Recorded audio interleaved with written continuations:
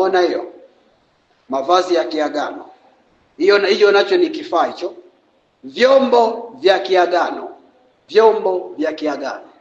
Hichi chungu ni cha bibi yetu, tunamuenzi. Kwa kila mtoto wa kwanza wa kike anapewa hicho chungu kumuenzi bibi.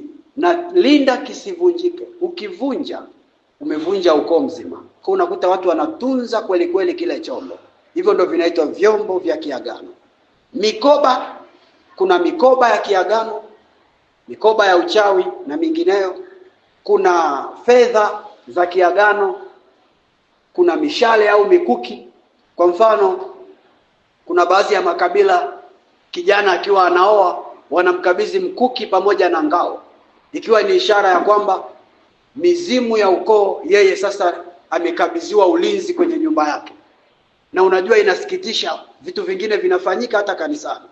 Mtu anakabidhiwa mkuki wa kimila wenye miungu. Ametoka tu nje ya kanisa, wazee wanamfuata wanamkabidhi pale pale nje, kwamba wewe umeoa kuanzia sasa hivi, basi wewe ndio chief kwenye ukoo. Kamata mkuki, kamata ngao. Kwa moja hivyo vyote ni vifaa vya kiagano. Viko na vingine vingi sana, hivi nimevitaja kwa uchache kukuwekea picha. Kwa unapotaka kujiondoa kwenye kiti, lazima hivi vifaa uviteketeze kwa moto wa Roho Mtakatifu. Na kuna namna mbili za kuteketeza. Namna ya kwanza ni kuviteketeza kiroho. Namna ya kwanza ni kuviteketeza kiroho, kwa sababu nguvu ya vile vifaa ipo kwenye ulimwengu wa roho. Kwenye ulimwengu wa mwili unaweza ukaona ni vazi, ila kwenye ulimwengu wa roho lina nguvu yake. Unaweza ukaona mkuki au mshale, kwenye ulimwengu wa roho lina nguvu yake. Kwa liteketeze kwa moto wa Roho Mtakatifu kiroho. Lakini pia ukishamaliza kuteketeza kiroho, kama unacho na kimwili, pia kiteketeze na kimwili.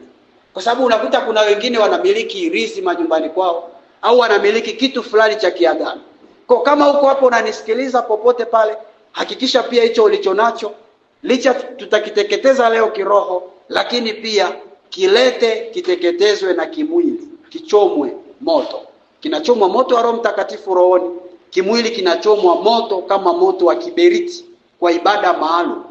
Kwa leta kwa viongozi, waone tu kibinafsi, sio lazima kila mtu ajue. Labda unaweza unaona aibu, leta tu kwa viongozi, usione aibu, usiwaogope. Mwambie kiongozi, mimi bwana, kutokana na lile somo ni huwa nina kitu hichi hapa. Wataenda kwa baba paroko au kwa kiongozi wa kanisa, kitachomwa kwa utaratibu maalum kimwili kama kilivyochomwa na kiroho. Tukichoma kiroho, wewe ukaendelea kukiacha nyumbani kwako, kitaendelea kufanya